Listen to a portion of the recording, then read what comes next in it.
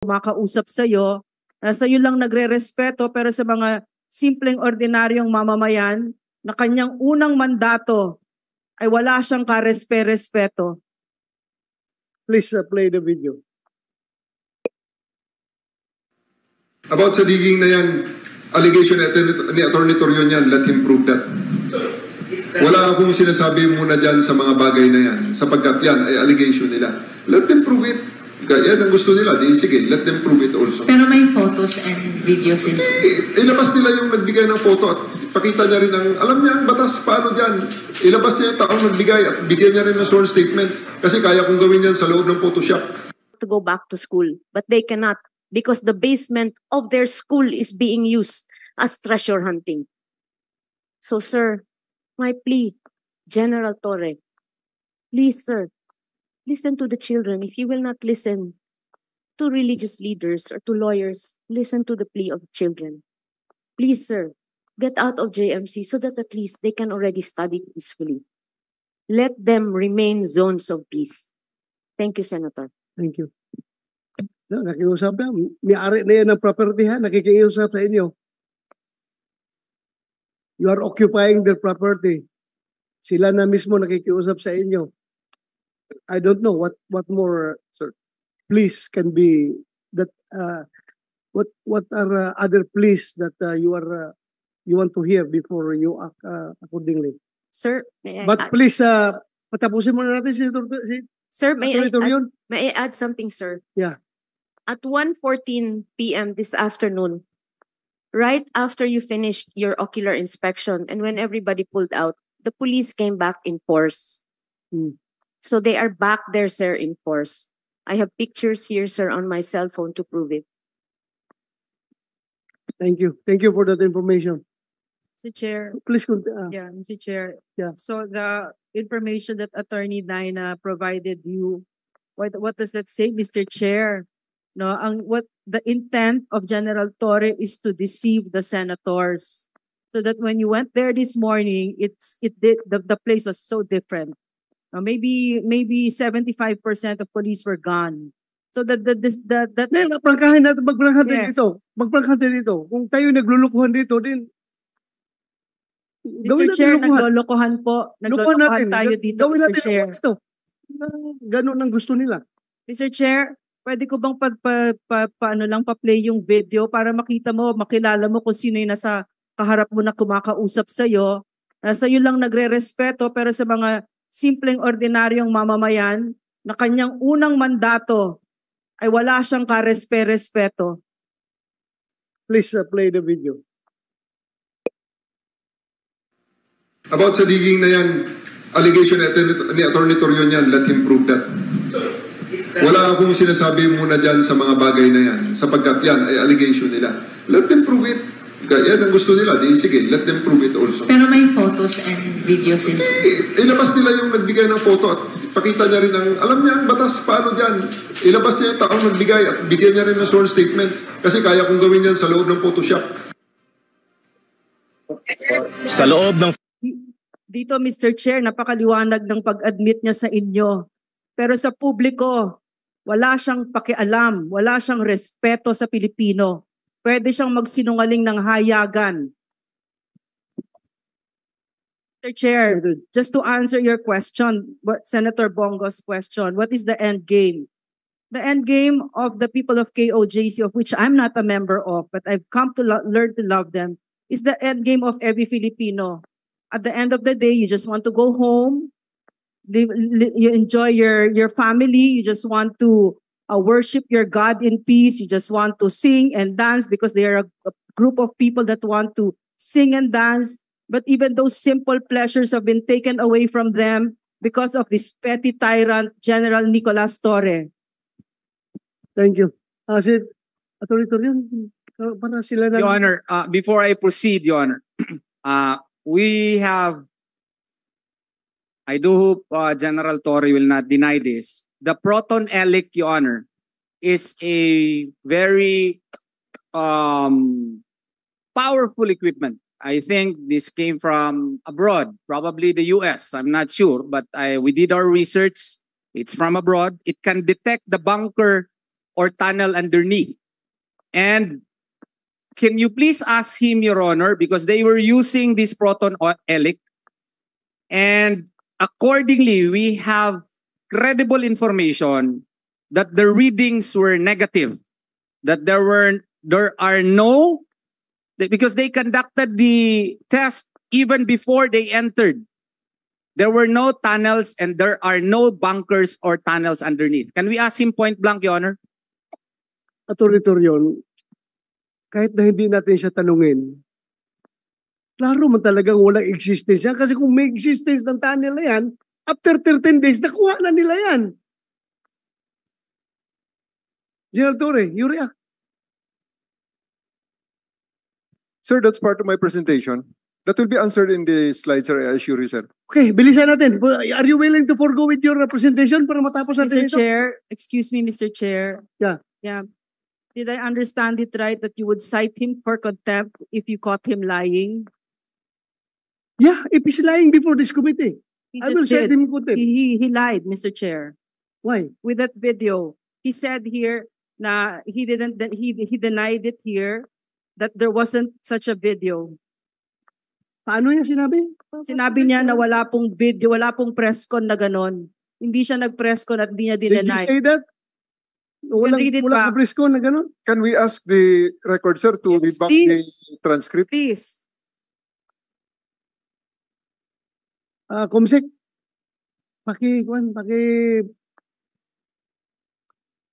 check sa records.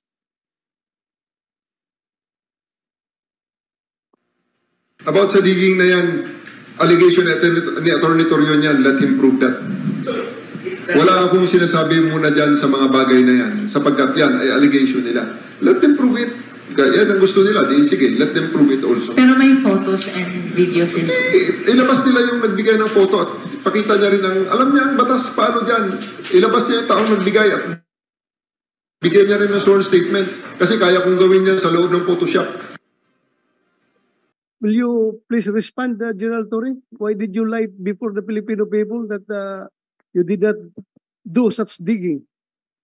Sir, masyado tayong nasa sidetrack. Hindi ko maintindihan, sir, ang sinasabi ni Dr. Badoy. Kung kailang ginawa, sir, I did not do that. Napakasimple lang. I did not do that, sir. Hindi ka I did not do that and I did not say that. na If they can present to me the video, maybe I can review it. But right now, there's no video presented except for the statement of Dr. Badoy, who is delaying the presentation of Attorney Torion. Okay. Can you please give me that Yes, video? Mr. Chair. Ah, Yeah, so he that had the press con 2 days ago and he even challenged Attorney Torion to prove it. Ang sabi kasi niya sa press con, he has to, that's the allegation of Attorney Torion, and he should prove it in court, and he should prove it, walang in court, he should prove it because madali, nasa Photoshop naman yan. Parang Photoshop na yan. Oh, yun po, sabi niya. sige, last response before we proceed para Sometimes you're really thinking that they don't want to proceed with their presentation. But I think that sidetracks the issue. Because as to the moment, sir, Dr. Badoy is just making an allegation, sir. this committee Yes, sir. does not believe that it hijacks the issue. Okay, sir. That issue is very important and very relevant in this investigation. So the answer, sir, is no. I did not say things that Dr. Badoy is attributing to me. Thank you. Thank you, sir. Thank you. A few days ago, General Torre was in a press con and he very clearly stated that there was no digging. He denied that he nagdig ang PNP, and he said that excavation didn't exist, and he also said that those were just Photoshop pictures. Okay. But that statement was not given before this committee, Yes. before you. Yes, Mr. Chair. Okay. Before the public. In a Before the press con, public. he said it in a press con. So, Mr. Chair, this again is the problem, that he maybe can tell the truth to you, but once you leave, For fear. For fear For fear, of yes. becoming yes, being cited in contempt. yes. Because I am serious in my job. I don't care kung sino man, basta if you testify falsely before this committee, I have to cite you in contempt. Yes, Mr. Chair, but unfortunately, not all of us are senators, and the Filipino people are not senators, and he blatantly lied to the Filipino people about it. Will you please respond, General Torre? Why did you lie before the Filipino people that you did not do such digging? Sir, masyado tayong nasa sidetrack. Hindi ko maintindihan, sir, ang sinasabi ni Dr. Badoy. Kung kailan ginawa, sir, I did not do that. Napakasimple lang. I did not do that, sir. Hindi ka I did not do that and I did not say that. na If they can present to me the video, maybe I can review it. But right now, there's no video presented except for the statement of Dr. Badoy, who is delaying the presentation of Attorney Torion. Okay. Can you please give me that Yes, video? Mr. Chair. So Yeah, that he had a press con 2 days Huh? ago, and he even challenged Attorney Torion to prove it. Ang sabi kasi niya sa press con, he has to, that's the allegation of Attorney Torion, and he should prove it in court, and he should prove it, walang in court, he should prove it because madali, nasa Photoshop naman yan. Parang Photoshop na yan. Oh, yun po, sabi niya. sige, last response before we proceed para Sometimes I'm really thinking that they don't want to proceed with their presentation. But I think that sidetracks the issue because as to the moment, sir, Dr. Badoy is just making an allegation, sir. this committee Yes, sir. does not believe that it hijacks the issue. Okay, that, sir. that issue is very important and very relevant in this investigation. So the answer, sir, is no. I did not say things that Dr. Badoy is attributing to me. Thank you. Thank you, sir. Thank you. Later on, Dr. Badoy, We're retrieving the press con, Mr. Chair, where he blatantly and clearly stated that there was no excavation and that those were just Photoshop photos. okay. Noted. Kung meron kayong recordings on, palabas natin. Mr. Please continue. One last Yes. question regarding sa excavation. Bakit po minadali nila tinabunan kaagad para hindi po nyo makita ng committee po ninyo? Madali po yun, sir. Overnight po, sir. Napakabilis po natabunan kaagad. Kung sabi niya, accountable siya doon sa paghuhukay. Okay. Let's be frank about it.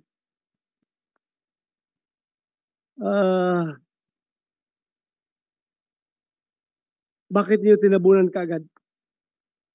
Sir, that will be covered my presentation, sir. Even before, without even the Okay, silent hearing, we will cover it, sir. Well, wait for your Yes, sir. presentation. Yes, sir. Thank you. Continue. So after that, Your Honor, though we have strong reservations to the legal opinion of our respected government officers, Your Honor, and I am really concerned with the legal opinions that they expressed, no, knowing that they represent the Department of Justice. But anyway, we will continue, Your Honor. At 9 p.m. again, Your Honor, we already covered that. This is on August 29. Unidentified men again were entering, and some had very long haircuts, no? And one was with Bird and escorted by the PNP to the compound, but that's covered already. So let's go to August 30, Honor, at 9 a.m. No, the police through PRO 11 Logistics Office once again attempted to cart away. They wanted to get the KOJC fire truck. No, good that lawyer was present there, and they would have been able to seize the fire truck, Your Honor.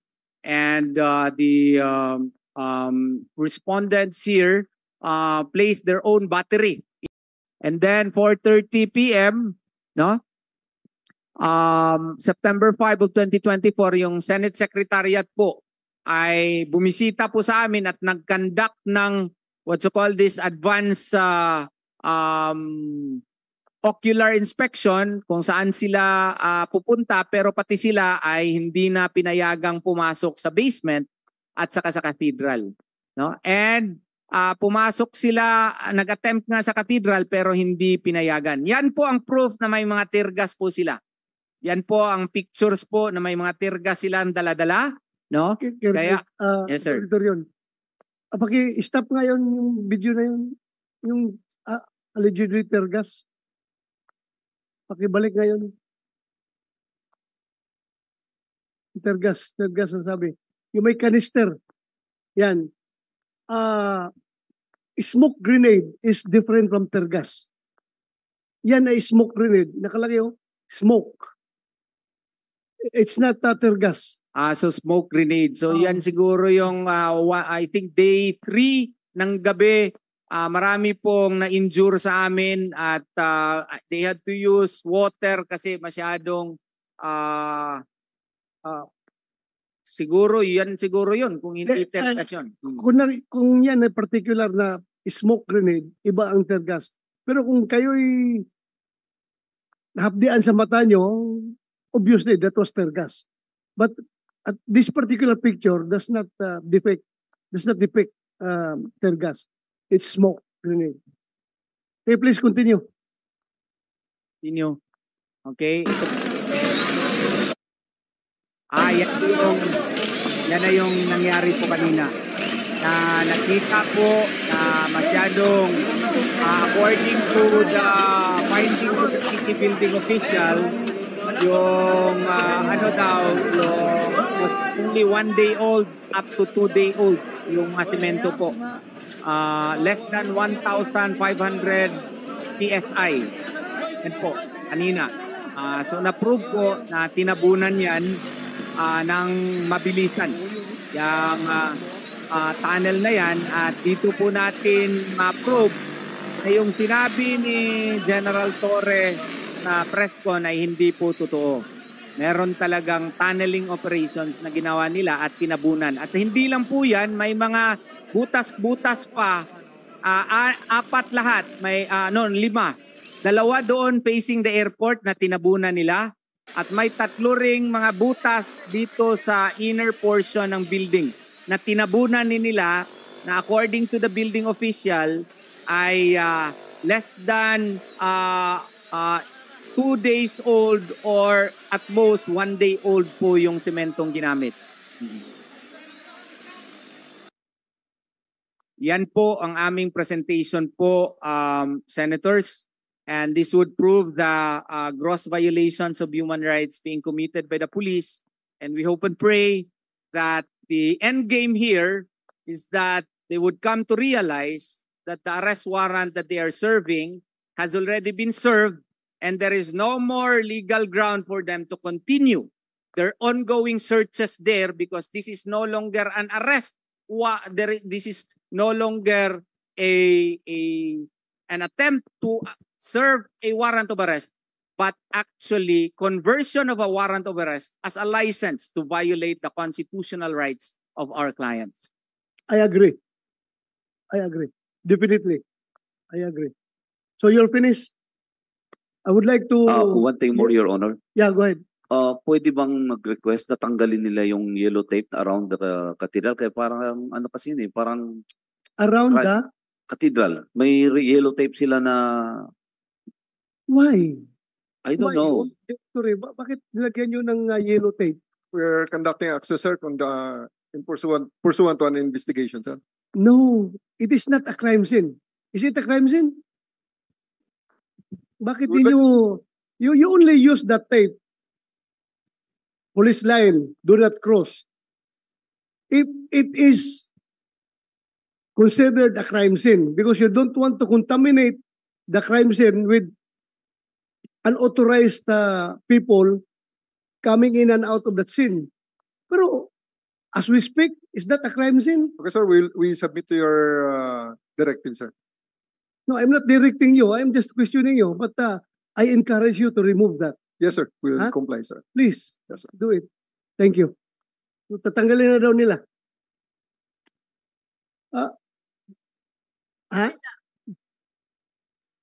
That's my next... kanina ko pa sinasabi yan eh. Pero we will listen first to their presentation before we make our